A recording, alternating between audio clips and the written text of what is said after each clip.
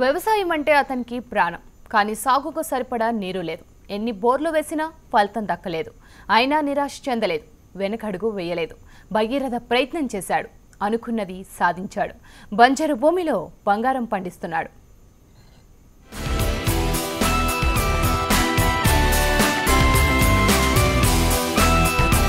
ఇది కామారెడ్డి జిల్లా సదాశివనగర్ మండలంలోని అడ్లూరు ఎల్లారెడ్డికి చెందిన ఓ రైతు విజయగాథ.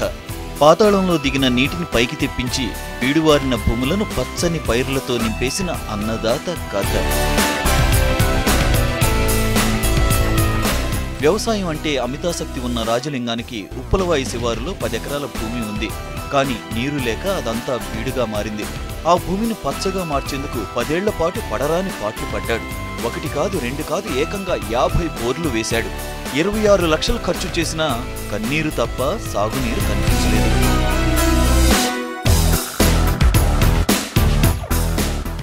అయినా అతను వెనుకంజ వేయలేదు.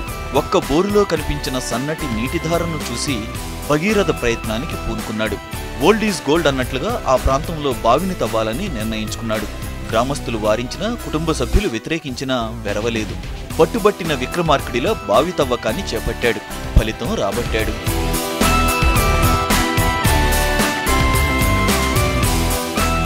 కష్టే ఫలి అన్న సూత్రాన్ని త్రికరణ శుద్ధిగా అమలు చేసిన రాజలింగాన్ని భూమాత కూడా కరుణించింది. 20 మీటర్ల లోతు తవ్వగానే గంగమ్మ బిరబిరా పైకి తన్నుకొచ్చింది.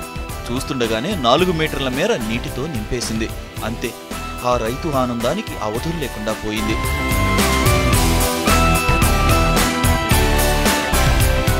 వర్షపు నీటిని కూడా బావిలోకి వెళ్లేలా ఏర్పాటు చేయడంతో నీటి మట్టం స్థిరంగా ఉంటోంది.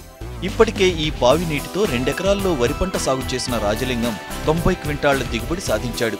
అంతేకాదు, రబీ సీజన్లో సమీప రైతులకు నీరందిస్తూ అందరికీ ఆదర్శంగా నిలుస్తున్నాడు.